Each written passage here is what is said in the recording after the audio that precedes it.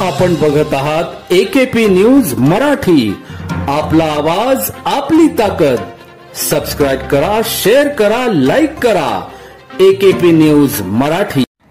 नाशिक जिल्ह्यातील वडनेर भैरव येथे 4 दिवसांपूर्वी अपहरण झालेल्या 8 वर्षीय बालकावर अनैसर्गिक अत्याचार करून त्याचा गळा दाबून खून केल्याचे शवविच्छेदनात उघडकीस आले आहे। या प्रकरणात संशयित किशोर उर्फ बाळा मुकणे या नराधमावर कारवाईसाठी वडनेर भैरव येथील व्यावसायिकांनी दिवसभर कडकडीत बंद पाळला।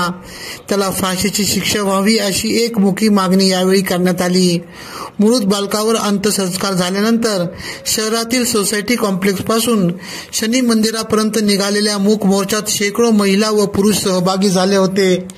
जिल्हा परिषदेचे माजी सरपंच संपतराव वक्ते यांनी शोक व्यक्त करत गुन्हेगारांवर कठोर कारवाई करावी याबाबतचे निवेदन पोलिसांना दिले।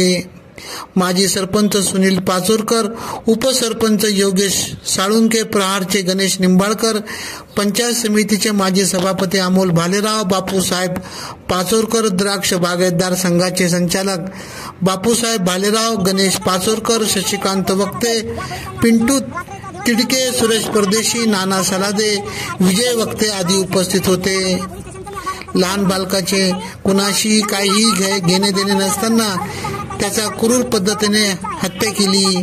पोलिसांनी कठोर तपास करून अटक केलेल्या नराधमास फाशीची शिक्षा व्हायला हवी असे संपतराव वक्ते यांनी सांगितले। एकेपी न्यूज साठी क्राईम रिपोर्टर फिरोज पठाण, नाशिक।